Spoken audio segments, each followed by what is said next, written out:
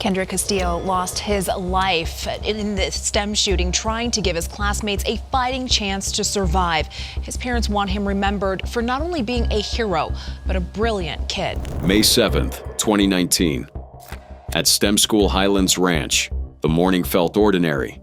But before the day was over, 18-year-old Devin Erickson would open fire, and classmate Kendrick Castillo would step forward in an act of bravery that changed everything forever. Here are 5 school shooters who messed with the wrong students. May 21st, 1998, Springfield, Oregon. The Thurston High School cafeteria buzzed with the usual morning energy as hundreds of students gathered for breakfast. But that ordinary scene was shattered in an instant by the echo of gunfire. A 15-year-old freshman named Kip Kinkel had entered with a semi-automatic rifle and 2 pistols, opening fire on his classmates. In just minutes, 2 students would be dead, 25 more wounded, and an entire community forever changed. Kip Kinkel's story is one of warning signs missed, mental illness hidden, and a family consumed by tragedy. Born August 30th, 1982, Kip grew up in what seemed like a loving, supportive home. His parents, Bill and Faith, were both dedicated Spanish teachers. Bill retired from Thurston High, while Faith taught across town. They doted on their children, encouraged education, and were deeply involved in the community. But beneath that seemingly perfect exterior, trouble brewed. From an early age, Kip struggled with learning disabilities, dyslexia, and writing difficulties that made school a constant challenge. While he excelled in math and science, reading and spelling brought only frustration and anxiety.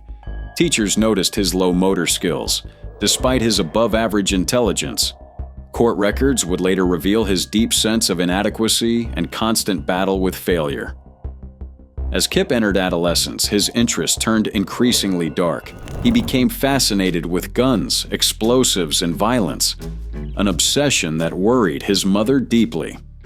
Faith took him to see psychologist Dr. Jeffrey Hicks in 1997, hoping to address his growing anger and alarming behavior. Hicks diagnosed Kip with major depression and prescribed Prozac, which seemed to help briefly. But Kip never told anyone about the voices he heard, voices that began when he was just 12 years old. These weren't just thoughts. They were command hallucinations, relentless voices urging violence and self-harm. Kip later described 3 distinct voices: Voice A, which gave commands for violence; Voice B, which insulted and belittled him; and Voice C, which echoed the first 2. The pressure built as he entered high school, but fear of being labeled crazy kept him silent. Despite the warning signs, his father began bonding with Kip over shooting. Bill bought him a 9mm Glock and a .22 rifle, ostensibly for supervised target practice, but also as a misguided attempt at father-son connection. Faith was hesitant, but Hicks had assured her this could be a positive outlet. Kip used his own money earned from pet sitting to buy ammunition and soon lobbied for more guns, eventually acquiring them from friends.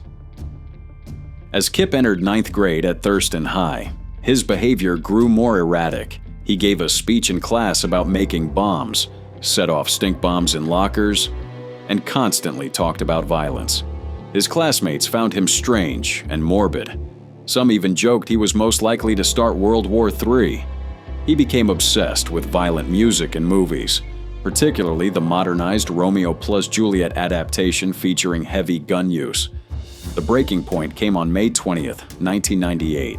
That morning, Kip brought $110 to school to buy a stolen .32 caliber Beretta from a friend. When school officials discovered the gun in his locker, he was arrested and suspended pending expulsion.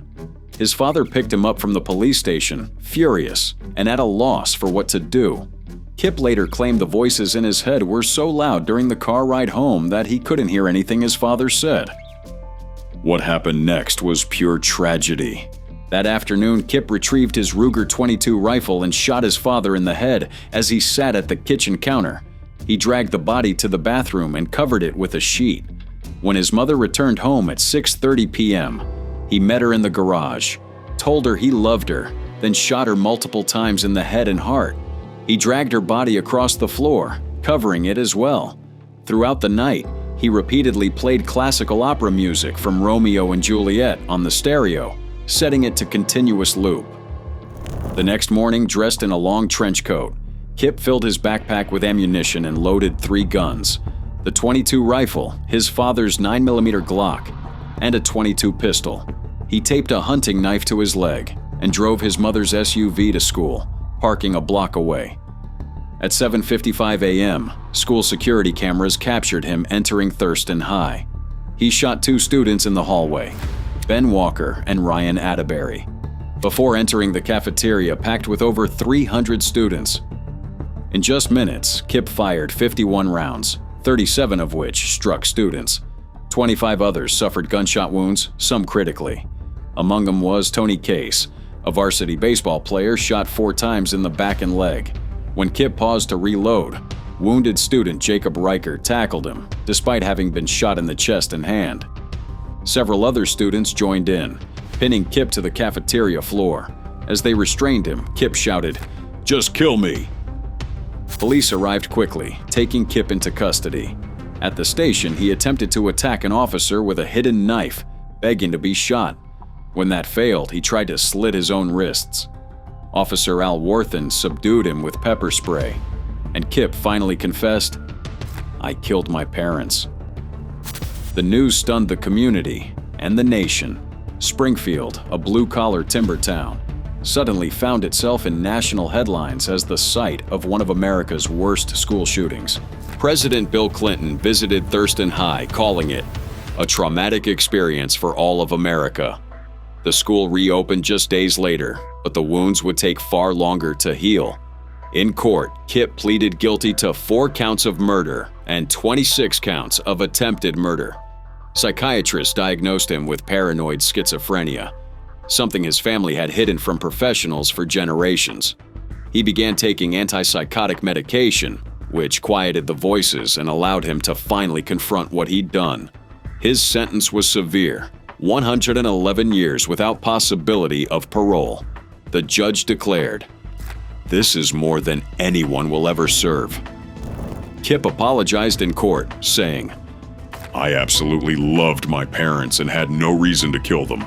I had no reason to dislike, kill, or try to kill anyone at Thurston. I am very sorry for everything I have done." In prison, Kip began receiving proper treatment for his mental illness. He earned his GED, completed college courses, and now works as a prison electrician. His sister Kristen became his lifeline, visiting regularly and supporting him through years of therapy and rehabilitation. Today at 41, Kip maintains close contact with her and her children, who call him Uncle Kip. The impact of Kip Kinkle's actions still ripples through Springfield. A memorial outside Thurston High honors the 2 students killed, though their parents' names were controversially omitted. Many survivors still live in the community, their lives forever marked by that day. Kip's case remains controversial. Some argue for his continued imprisonment. Others point to his mental illness and successful treatment as reasons for possible release. His appeals continue, though most experts believe he will never be freed. The community's memory is long, and many believe he should never see the outside world again. But Kip's story is about more than just violence. It's a tragic reminder of what happens when mental illness goes untreated, when warning signs are missed, and when guns are too easily accessible. School shootings in the U.S. began to make headlines following the 1999 massacre at Columbine High School in Colorado. 3 years later, a former student opened fire at Appalachian School of Law in Southwest Virginia. 3 people were killed and 3 others were injured in that shooting. January 16, 2002, Grundy, Virginia. The Appalachian School of Law, a symbol of opportunity in a struggling coal town, would soon become the site of unimaginable tragedy. Peter Odigizua, a 43-year-old Nigerian immigrant and former student, returned to campus with a .380 caliber handgun and a mission born of desperation. Odigizua's journey to this moment was marked by mounting failures and personal turmoil. He had come to America seeking success, but found only frustration. After flunking out of law school for the second time, his world began to unravel. 3 months before that fateful day, his wife and children left him. The weight of academic failure and family collapse became too much to bear. That afternoon, Odigizua first approached Professor Dale Rubin, telling him to pray for him. But his intentions were far darker than anyone could imagine. He proceeded to the offices of Dean L. Anthony Sutton and Professor Thomas Blackwell, opening fire at point-blank range. Both men were killed instantly, victims of a man pushed beyond his breaking point. But the violence didn't stop there. Odigizua then descended to the school's lounge, where student Angela Dales sat with friends. Without warning, he opened fire again, killing Dales and wounding 3 other students, Rebecca Brown, Martha Short, and Stacy Beans. The Appalachian School of Law, once a place of hope, was now a crime scene. As panic spread, students scrambled for safety. But 3 individuals refused to run. Tracy Bridges, a county sheriff's deputy from North Carolina, and Michael Gross, a police officer from Grifton, North Carolina, both retrieved their personal firearms from their vehicles. Unbeknownst to each other, they approached Odigizua from different angles, weapons drawn. At the same time, unarmed student Ted Basin, a former Marine and police officer, confronted Odigizua directly. Accounts differ on the exact sequence, but as Odigizua set down his gun and raised his arms, Basin charged him. A brief scuffle ensued, with Basin knocking Odigizua to the ground. Bridges and Gross arrived moments later, pointing their guns at the subdued shooter. The 3 men, joined by student Todd Ross, restrained Odigizua until police arrived. Gross retrieved handcuffs from his vehicle, and together they held the killer until law enforcement took him into custody. Their quick actions likely prevented further bloodshed, demonstrating remarkable courage in the face of chaos. In the immediate aftermath, the campus was transformed into a triage center. Emergency responders rushed to save the wounded, while stunned students and faculty tried to process what had just happened. The small town of Grundy, population barely over 1,000, was thrust into the national spotlight by this senseless act of violence. As investigators pieced together the events, a complex portrait of Odigizua emerged. He was a man struggling with immense cultural pressure, mental illness, and the weight of failure. His actions were condemned by all, but some Nigerian immigrants saw his breakdown as a warning about the difficulties of assimilation and the lack of support systems for struggling newcomers. The case quickly became a rallying point for various groups. Gun rights advocates pointed to the armed student's role in subduing the shooter, while anti-immigration voices used the tragedy to argue for stricter controls. Meanwhile, the community grappled with the reality that their law school, a symbol of progress, was now forever linked to tragedy. Odigizua's legal journey was delayed by questions of mental competency. Initially found unfit to stand trial, he underwent 3 years of psychiatric treatment before being deemed competent. In 2005, he pleaded guilty to 3 counts of capital murder and multiple charges of attempted murder, receiving 3 life sentences plus 28 years without parole. The victims and their families struggled with the outcome. Some believe the school could have prevented the tragedy. Citing Odigizua's history of outbursts and alleged spousal abuse, lawsuits totaling $23 million were filed, claiming the school kept him enrolled to boost diversity numbers. The defense argued that the school had no way of knowing his intentions. The shooting left deep scars on the Appalachian School of Law community. Memorials were established for Sutton, Blackwell, and Dales. The school's Student Services Office and Scholarship Program bear Dales's name, while faculty fellowships honor Sutton and Blackwell. The tragedy fundamentally changed campus security protocols and raised difficult questions about mental health and campus safety. Odigizua's actions cast a long shadow, but his story did not end there. His son Owa, just 9 years old at the time, would go on to become an NFL player, drafted in the 3rd round in 2015. Another son, Osa, was drafted by the Dallas Cowboys in 2021. Their success stands in stark contrast to the darkness of their father's legacy. The Appalachian School of Law shooting remains a stark reminder of the devastating consequences of untreated mental illness, cultural isolation, and the failure to recognize warning signs. It forever changed a small Virginia town and left a lasting impact on American legal history. Strong words. Aaron Ibarra has been found guilty on first-degree murder for shooting and killing a student and wounding 2 others at Seattle Pacific University back in 2014. Ibarra had pleaded not guilty by reason of insanity, but the jury did not even buy that story. June 5th, 2014, Seattle Pacific University. The campus atmosphere was the usual: students hustling to finish assignments, laughter echoing in hallways, and anticipation in the air. But that Thursday afternoon would be forever marked by darkness, as Aaron Ibarra, 27, drove his white pickup truck to Otto Miller Hall with a loaded shotgun, extra ammunition, and a hunting knife. His mission: to end as many lives as possible before taking his own. But fate, and the quick-thinking actions of a student safety monitor, would rewrite his twisted plan in unexpected ways. Aaron Ibarra's story begins in Mount Lake Terrace, a quiet suburb north of Seattle. He lived with his parents and struggled for years with mental illness. Police records show repeated incidents. In October 2010, he called 911, expressing suicidal thoughts and a desire to harm others. He was involuntarily committed after confessing he had a rage inside him. 2 years later, another incident saw him lying intoxicated in the street, declaring he wanted the SWAT team to get him and make him famous because no one cares about him. Despite these clear warning signs, Ibarra remained free, and his obsession with mass shootings only grew. He became fixated on school shootings, particularly the Columbine massacre. Ibarra meticulously studied previous attacks, tracking their details and patterns. As his mental state deteriorated, he stopped taking his medication, telling the court later that he wanted to feel his hate. His growing anger and twisted admiration for other school shooters fueled a dark plan, a plan that would unfold on the Seattle Pacific University campus. That Thursday afternoon, Ibarra parked his truck near Otto Miller Hall. He exited the vehicle with a loaded Browning over-under shotgun, a large fixed-blade hunting knife, and additional live rounds. His first target was freshman Paul Lee, a 19-year-old from Oregon.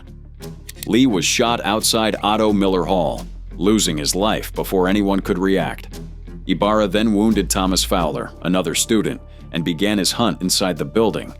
His next victim was 22-year-old Sarah Williams. As she descended the staircase inside Otto Miller Hall, Ibarra fired, critically wounding her. The chaos spread rapidly. Students screamed, fled, and hid as the reality of the attack set in. Tristan Cooper Roth's life was spared only because Ibarra's shotgun misfired, a critical moment that would soon change everything. As Ibarra attempted to reload his weapon, student safety monitor John Mace saw his chance. Armed only with pepper spray and quick reflexes, Mace sprayed Ibarra in the face and tackled him to the ground. Other students rushed to help. 2 provided first aid to Williams while another ran through classrooms, warning others of the danger. Mace's bravery stopped Ibarra's rampage before more lives could be lost. The campus descended into chaos. Lockdown protocols were activated, sirens blared, and SWAT teams swarmed the scene. For hours, confusion reigned as conflicting reports of casualties circulated. When the all-clear finally came, the full impact of Ibarra's actions began to sink in. 1 student dead, several wounded, and a community forever changed. Ibarra's arrest was swift. He confessed immediately, telling detectives he had planned the attack for a long time and intended to kill as many people as possible before committing suicide. His attorney later stated that Ibarra was delusional during the attack, suffering from years of untreated mental illness. In court, Ibarra addressed each victim by name, admitting, "I've realized I've damaged more than just innocent people. I damaged the community and even the world. I've hurt a lot of people's emotions. I wish I could take that away, but I can't. I'm sorry to the world." Despite his mental health history, prosecutors argued Ibarra knew his actions were wrong. They pointed to his careful planning, his decision to stop taking medication, and his obsession with previous shootings. The jury agreed, convicting him of premeditated first-degree murder, 3 counts of attempted first-degree murder, and 1 count of second-degree assault. Superior Court Judge Jim Rogers condemned Ibarra's cowardice while praising the students who stopped him, noting the Christian values that led many SPU students to send Ibarra letters of forgiveness. The sentence was severe, 112 years in prison, reflecting both the specific crimes and the broader impact on the SPU community. Judge Rogers acknowledged the failure of the mental health system, but emphasized Ibarra's choices. "You wanted to feel your hate," he said, "then chose to keep your plan secret, even from those who could have helped you." The aftermath rippled through SPU for years. The campus locked down immediately, but the trauma lingered far longer. As one faculty member described, "The campus lockdown began after the shooting had ended, but we wouldn't know that until hours later. The sirens kept coming and coming. It seemed as if the entire Seattle Police and Fire Department were racing toward us." Graduation, held 8 days later, became more than a celebration. It was a testament to the community's resilience. Paul Lee's death hit especially hard. His floor mates, not knowing his fate, brought their mattresses into the hallway that first night, waiting for him to return. The delay in releasing his name protected his family, but the uncertainty haunted those who cared about him. One faculty member, likely the last to see Paul alive, later reflected, "I hugged him and wished him a great summer as he made his way to Otto Miller." The trauma extended far beyond physical wounds. Many on campus developed hypersensitivity to loud noises, struggled with crowds, and faced emotional triggers for years. Lockdown drills became emotional minefields. News of other mass shootings triggered days of distress. As one survivor wrote, "It took me about 5 years to recognize that these reactions were normal responses to the trauma of June 5th and the days that followed." Yet through the darkness, moments of grace emerged. That evening, as a prayer service filled the campus church, students unable to enter formed prayer circles on the lawn. The community's faith and resilience shone through the grief. Over time, support systems developed: counseling services, trauma-informed practices, and campus safety improvements. Ibarra's attack failed to break the spirit of Seattle Pacific University. Instead, it forged a stronger community bond and a renewed commitment to prevention and support. The heroism of John Mice and other students remains a testament to courage under fire. The memory of Paul Lee is honored through ongoing support for victims of violence and mental health awareness. This tragedy serves as a stark reminder of the complex intersection between mental illness, untreated trauma, and violence. It highlights both the failures and strengths of our social systems. Most importantly, it stands as a testament to the power of community response, faith, and resilience in the face of unimaginable darkness. But if you thought this was the end of campus violence, the next story proves how quickly tragedy can strike again, and how communities must remain ever vigilant against the threat of mass violence. Students at UNC Charlotte, staff, faculty, and other members of the campus community are waking up to the aftermath of a mass shooting. So far, we know that 2 people are dead, 4 others are hurt, including one student from Apex. June 6, 2019. Just weeks after the University of North Carolina at Charlotte shooting, Tristan Andrew Terrell, formerly a history undergraduate, finds himself facing the full weight of justice. The once quiet student who withdrew from the university on February 14th now stands convicted for one of the most shocking campus attacks in recent memory. Born in Texas and described as socially reserved, Terrell moved to North Carolina in 2014 with his family. The relocation followed the death of his mother in 2011, a loss that devastated him, according to former neighbors. His grandfather, Paul Rold, remembers him as autistic and nonviolent, a young man who taught himself French and Portuguese and dreamed of working in South America. Rold insists, this is not in his DNA. From 2015 to 2018, Terrell attended Central Piedmont Community College, earning an associate degree in science before transferring to UNC Charlotte in fall 2018. There, he enrolled in 3 courses for the spring 2019 semester, including the very class where tragedy would unfold. But by Valentine's Day, he withdrew from the university. Despite his quiet demeanor, some classmates noticed odd behavior. Cooper Creech recalls Terrell rarely speaking, but sometimes blurting out angry statements. Professor Adam Johnson, who would later witness the shooting, saw nothing unusual. Terrell engaged with the material and participated like any other student. But beneath this calm exterior, a dark obsession grew. By April 30th, 2019, the last day of spring classes, Terrell had planned his attack for months. He legally purchased a Glock 17 handgun, practiced at shooting ranges, and prepared at least 10 magazines. That day, dressed in black, he took the light rail to campus, carrying a backpack with deadly intent. At 5:40 p.m., he entered room 236 in the Kennedy Building, where 60 students were giving final presentations in science, technology, and society. Without warning, he opened fire, killing Ellis Parlier and Riley Howell, and wounding 4 others. Riley Howell's heroic actions, tackling the gunman while shouting "Go, go, go," saved countless lives but cost him his own.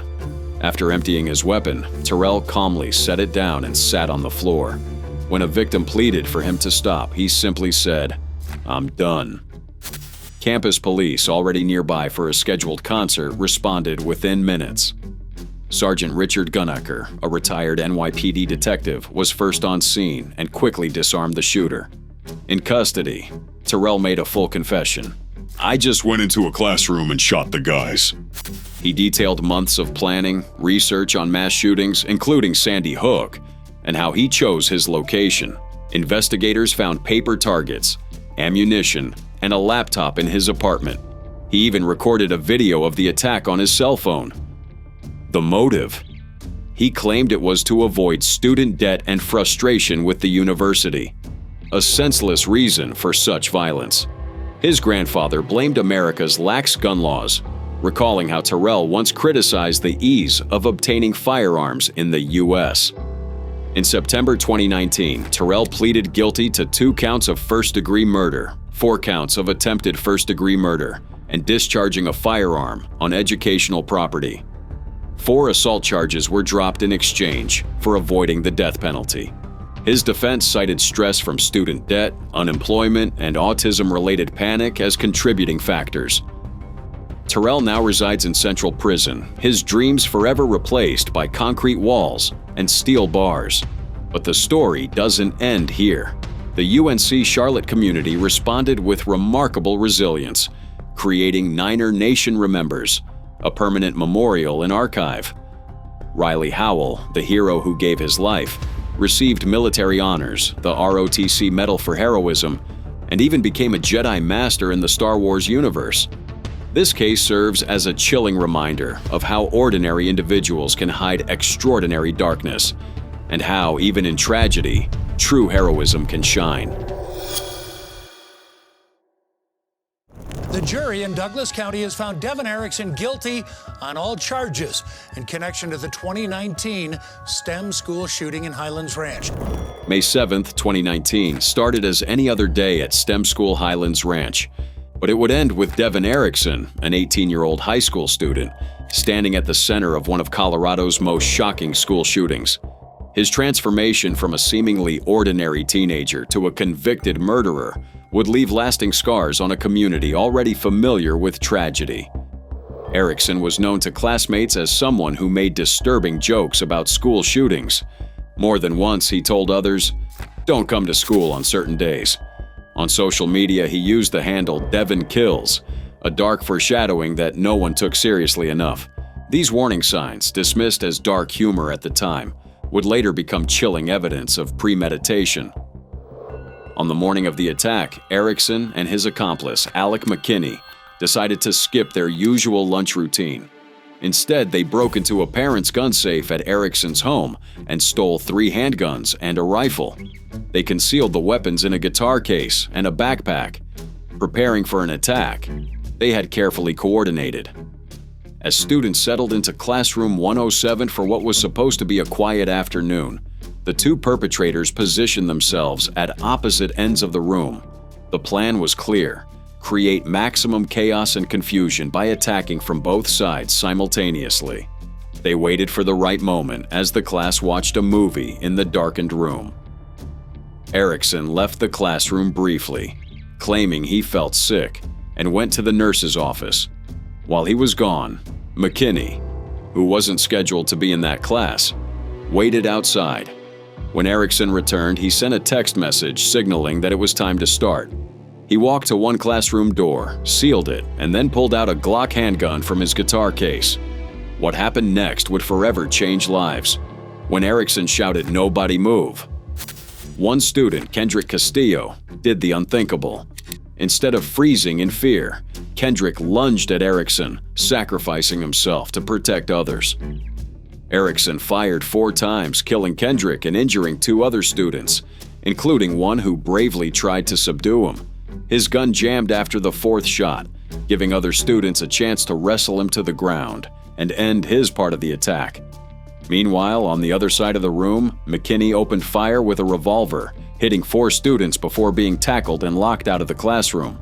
The coordinated attack, meant to be far deadlier, was stopped by the courage of ordinary students who refused to become victims.